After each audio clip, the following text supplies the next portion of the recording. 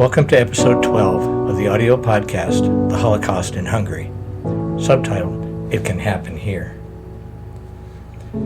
As we pick up, transferring more Jews from the ghetto to the protected houses or to the international ghetto still will not be 100% assurance to save lives. The Nazi Holocaust gangs were getting more wild and brutal, and they didn't respect anything anymore.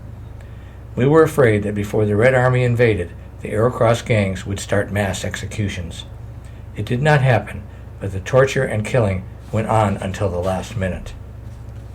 I know it is hard to imagine and harder to believe that normal people would walk into a building and shoot and kill them because they were Jewish. But at the end of December 1944, it happened in Hungary and in cities in Germany too. It is hard to understand why those 16 to 19-year-old Nazi Holocaust youths became senseless, brutal killers themselves when they saw the German SS and Gestapo sadistic and humane actions against the Jews. To try to understand the situation in 1944, when the killings were everyday events, we have to go back to the late 1930s, when some of the Nazi sympathizers, under the pressure of the Hitler regime, started to enact restricting laws against the Jewish population in Hungary. The politicians, the members of both houses in the parliament, copied the Jewish restriction laws, more or less of the Third Reich. As the Nazis said, the Jews are nothing else but parasites and enemies of the Third Reich. After a while, the Hungarian parliament started to enact similar restricting laws against the Jewish population. These laws were accusing the Jews of taking over the power in Hungary by controlling the economy through their involvement in the commercial and industrial fields.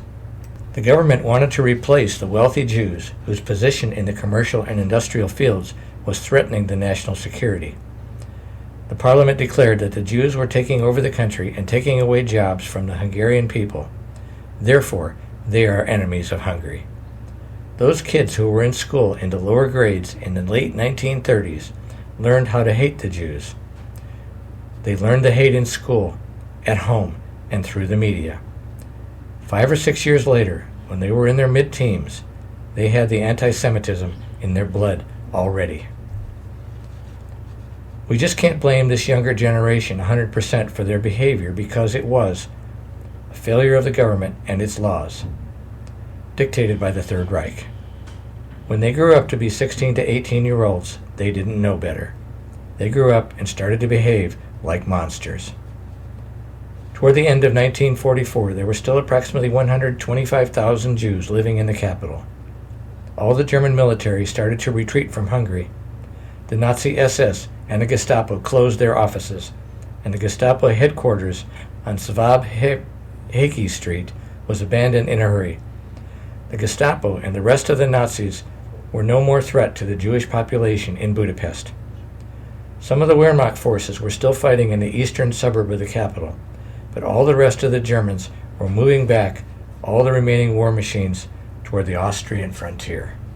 Since the Nazis' grip started to ease on the Hungarian authorities, Charles Lutz, the Swiss vice consul, tried again to get some military protection for the Jews in Budapest.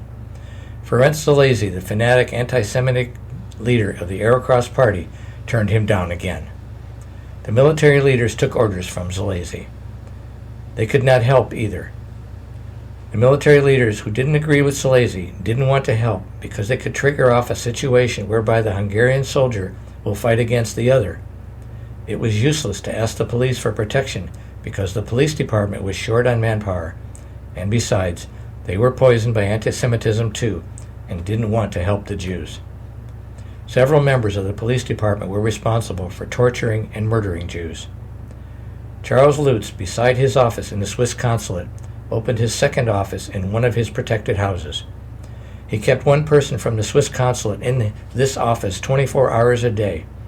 He had a direct phone connection between his main office, and the clerk had full diplomatic immunity through the Swiss consulate. In case something went wrong, we would know about it immediately. On December 28, 1944, an Holocaust gang in uniforms forced themselves into the Jewish hospital. They forced 32 patients who could walk into a truck and took them to the Holocaust Party headquarters on Stephanie Street. All of them were thrown into the basement for a while. Then one of the Nazis called 2 Jews by their names and took them upstairs. These 2 were sent home and their lives were spared because one of the Nazis knew them previously and decided to save them. These armed punks were the masters of life and death in those days.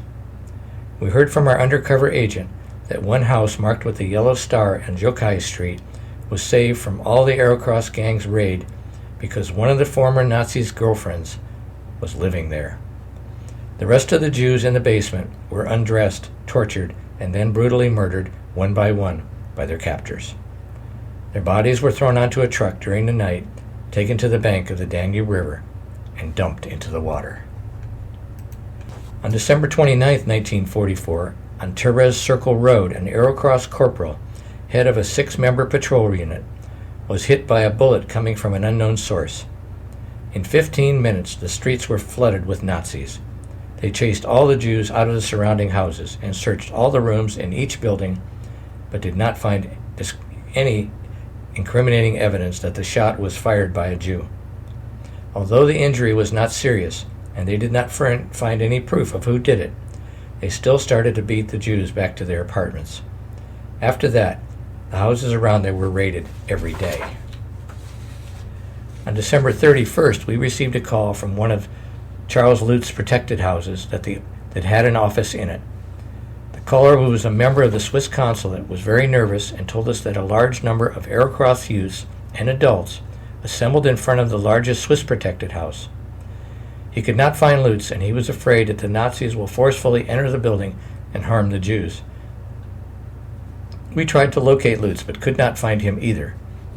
We jumped into the ambulance and raced to the nearest military base, where we had connections, which was about 2.5 kilometers away from where the Jews were in danger. We tried to persuade the captain in charge to help.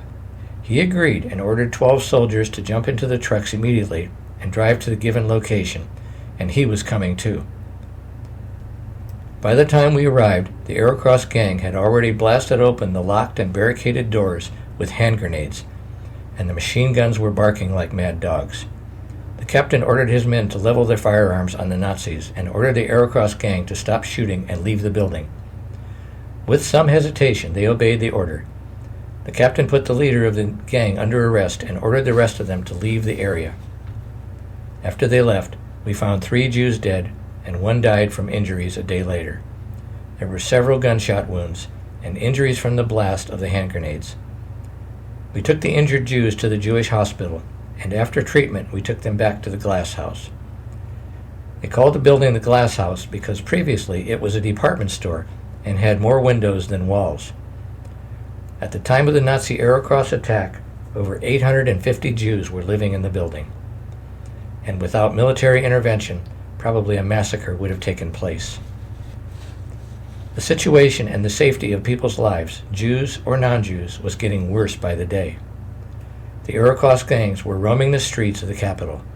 Anybody they did not like could fall prey to them.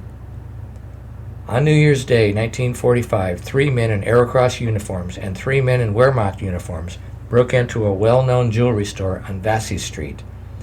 They blasted the safe open and took everything valuable. The eyewitnesses watching them from a building across the street said they were not in a hurry to get away because they were dividing the loot right on the spot. The police department did not even want to file the robbery when it was reported because the eyewitness could not identify the robbers, and they didn't have time for things like that anyhow. On the following day, 3 Aerocross youths in uniform in broad daylight forced themselves into the villa of a wealthy industrialist on Rosa Dam. The building was unoccupied because the owner's factory was demolished by an air raid, and they moved to the province. They left the custodian and his wife behind to take care of the property. The Nazi Aerocross shot both of them to death.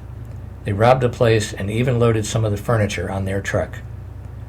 This time, when the report was made to the police department, the description of the robbers and their names were given too. The police department could not find them, and the case was forgotten.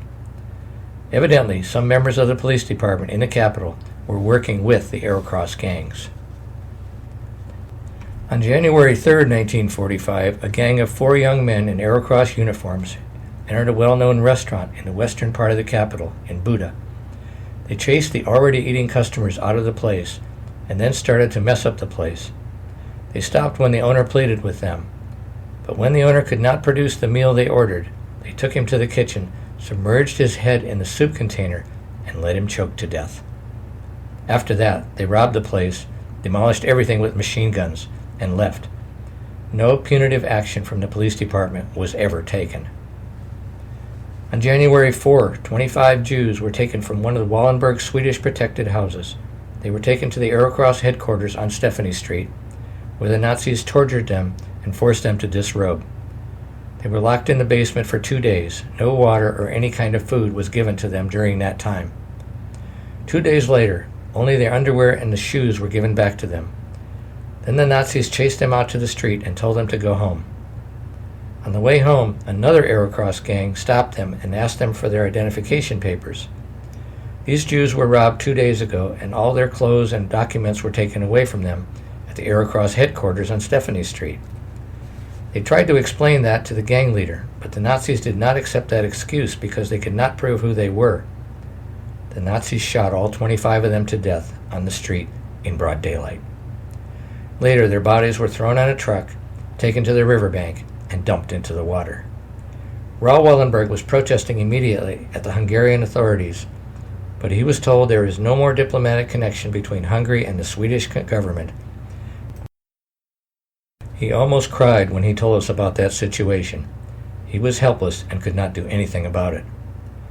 Wallenberg mentioned his continuous reports to the War Refugee Board and his connection with the U.S. government, but right now, when we had no phone connection outside the capital, everything looked hopeless.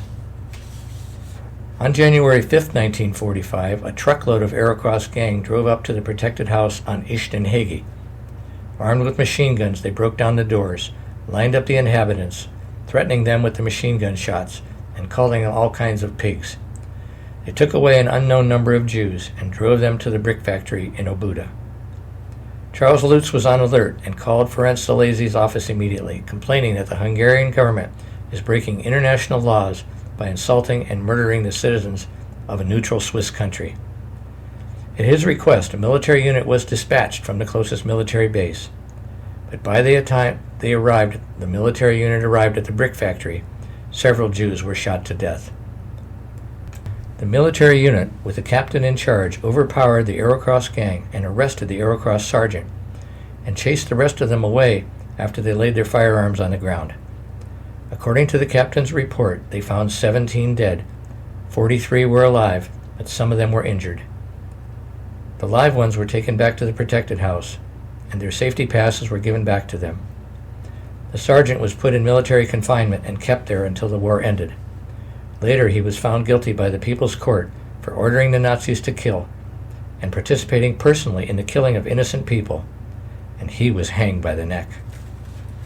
On January 6, the communist forces drew so close to the capital that the machine gun fire and the blasting sound of the hand grenades was clearly noticeable.